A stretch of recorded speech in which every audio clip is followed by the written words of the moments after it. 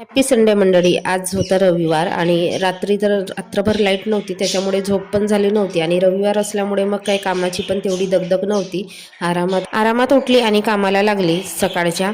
तर रुद्रांश उठल्या उठल्या त्याला पण भूक लागली होती, मला पण भूक लागली होती. मग दोघांसाठी मॅगी बनवली आणि आज सकाळच्या जेवणामध्ये पत्तागोबी, वाटाणे आणि बटाट्याची भाजी होती. दिवसाआधी मी वडे बनवली होती, तर बाकीचं उरलेलं पीठ होतं ते फ्रीजमध्ये ठेवली होती. तर आता म्हटलं नाश्त्यामध्ये वडे तळून घेते आणि लौकीचे वडे तळले. खूप छान लागतात खायला. रोज दिलं तरी कंटाळा नाही येणार.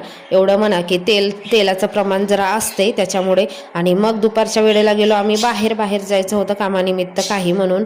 तिकडून आल्यानंतर रुद्रांसाठी डोसे बनवून दिले. ओला खोबरा मिळतच नाही आम्ही राहतो त्या भागामध्ये, तर दुसऱ्या ठिकाणी गेलो, तिथून 4-5 ओला खोबरा घेऊनच आली मी. खोबऱ्याची चटणी आणि डोसे रुद्रांशला तर प्रचंड आवडतात. मग काय, त्याच्यासाठी खोबऱ्याची चटणी बनवून दिली. त्याने पोट भरून मस्त असे डोसे खाऊन घेतले.